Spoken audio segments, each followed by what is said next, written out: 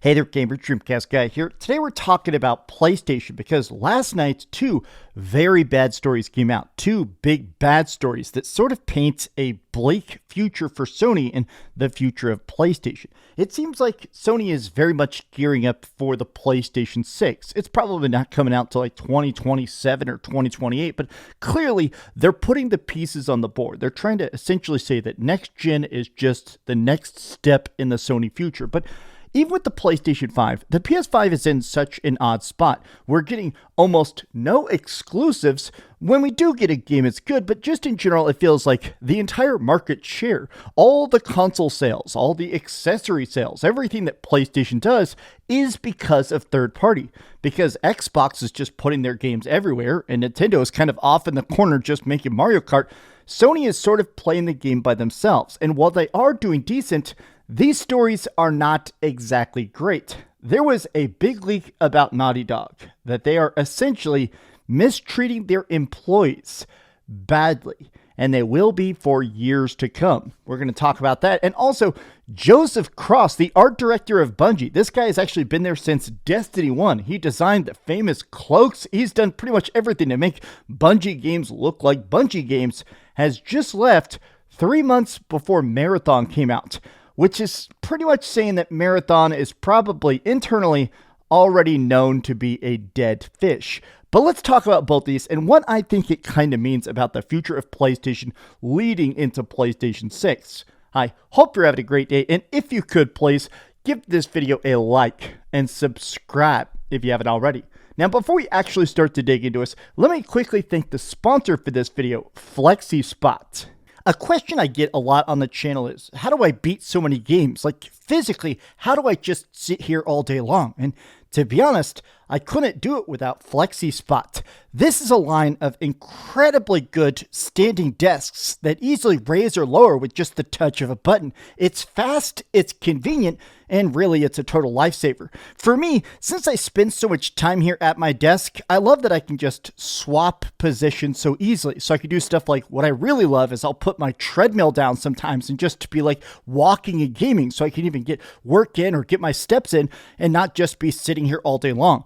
The desk itself is also incredibly sturdy, so you don't have to worry about like bumping into it and spilling a drink or your computer being too heavy. These desks can hold 440 pounds. I even flopped on the desk to test it. I mean, I seriously love FlexiSpot so much. I don't just have one desk, I have two of them.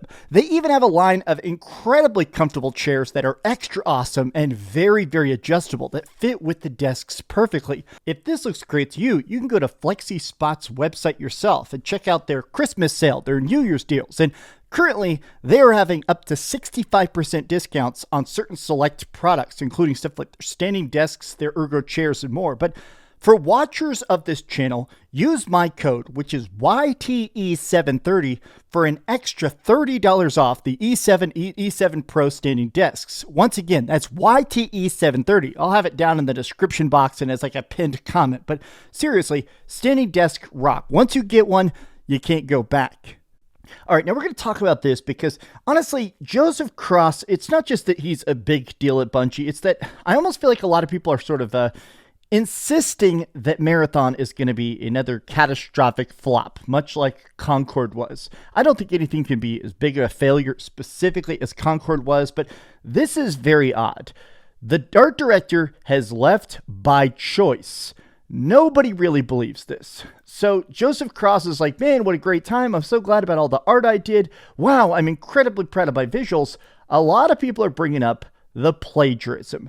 During the tenure of Joseph Cross, there were multiple big plagiarism scandals. At one point, they had a big like art competition, and the winners, unbeknownst to them, their game got included into Bungie stuff. People were not exactly happy that their game was being put, or their stuff was being put in $1 million game, and they weren't getting any sort of pay for it, and they weren't told that's what was going to happen. But the second time was essentially everything inside the Marathon universe. All the little graffiti, all the cool like etchings on gear and weird stuff on the walls, all of that was completely stolen. All of it. All of it. So suddenly being like, oh, it's, I'm just going to step down. It's just, it's totally unrelated. I'm just going to vibe. Right after it, they did a live stream right after that massive plagiarism scandal. This was Joseph Cross on stream. Plagiarism will make me God. The theme of the game, they've changed it. The original theme of the game was escape will make me God. Now they're changing it to death is the first step.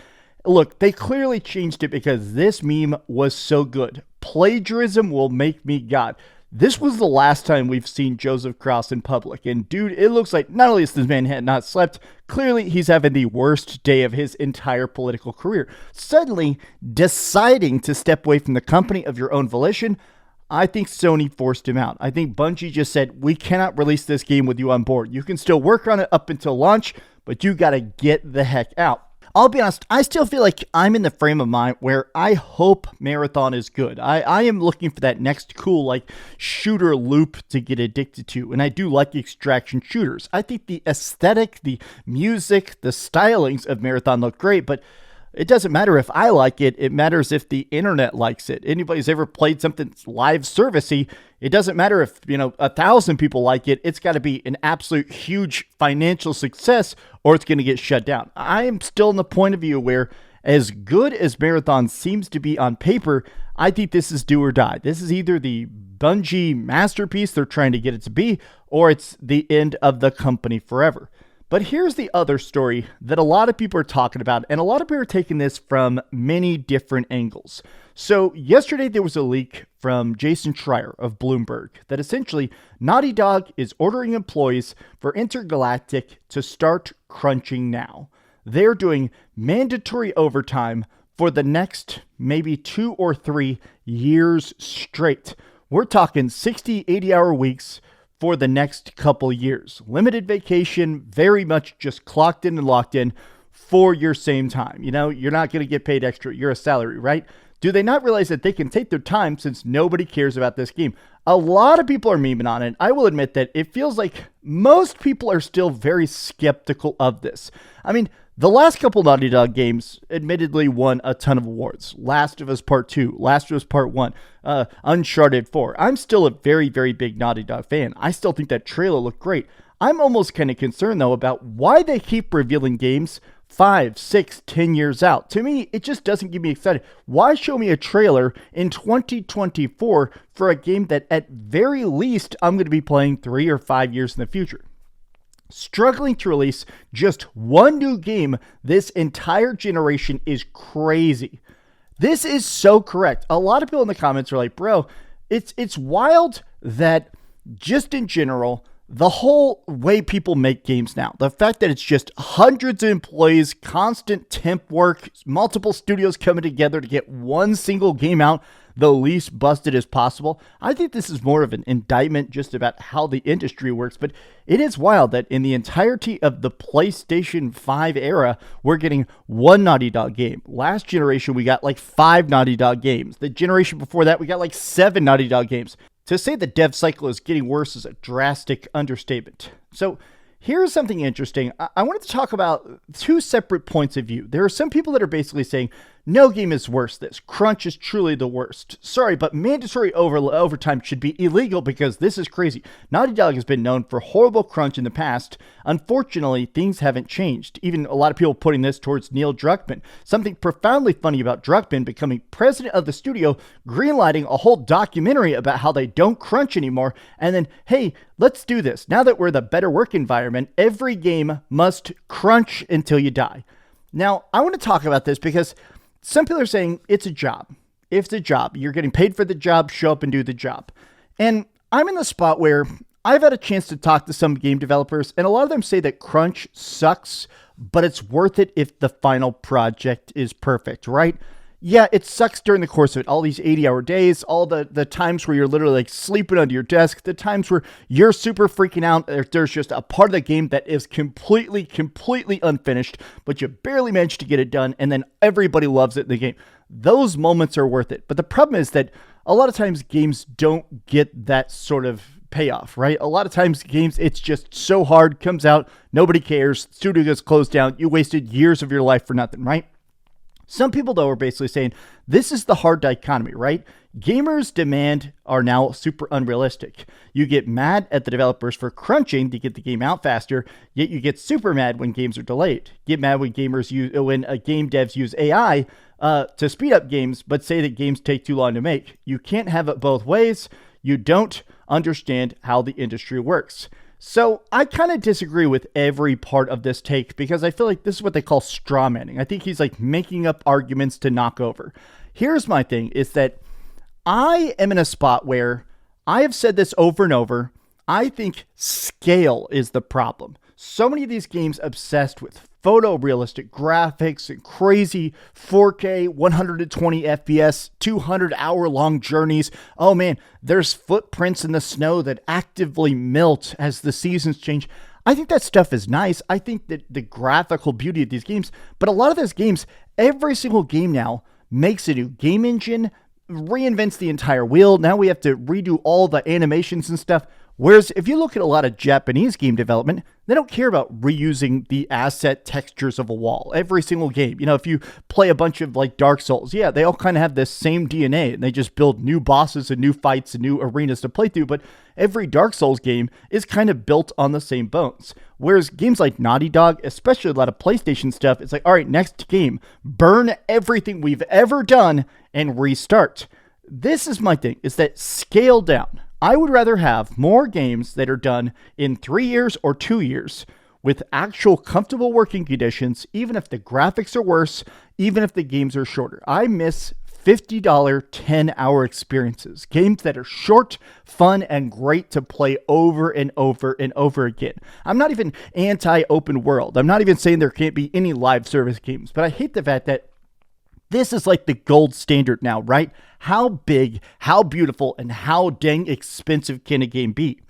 I really liked Spider-Man 2. I thought Spider-Man 2 was great. A lot of people did. A lot of people kind of didn't like it. A lot of people thought that Spider-Man 2 sort of, it went too much trying to be like friendly neighborhood Spider-Man instead of focusing on the great, cool combat and stuff that Insomniac is known for. But there were leaks that they spent $300 million making Spider-Man 2. $300 million making Spider-Man 2. Expedition 33 was made in 4 years for $10 million. 30x the budget to make Spider-Man. A game that is objectively shorter. Some of this stuff I just feel like comes down to this weird obsession with these giant immersive worlds. This Hollywood aesthetic almost, right? Bigger budget means you got to destroy the whole world and make it all look brick by brick. I don't know. My off-the-cuff thoughts, my summing up of the situation is that PlayStation is still in this mindset of trying to be like a movie studio that happens to make games. When at this point we know that PlayStation is holding Sony up. They need to figure out a way to release some sort of exclusives. Even if they're licensed, even if they're third-party exclusives, something to actually bump up that excitement for, hey, here's why I'm picking up a PlayStation controller. These are just some off-the-cuff thoughts. How do you feel about the future of PlayStation? And honestly, how do you feel about crunch?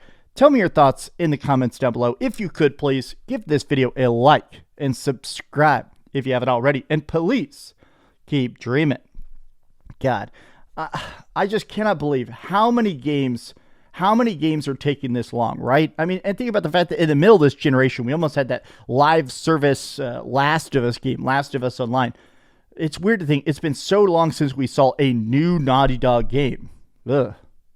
Thanks so much for watching that video. If you want to see something else, you can always click this link to see what I put up last, or, subscribe and see what's coming up next. Also, I promise that whatever I do, it'll try not to suck.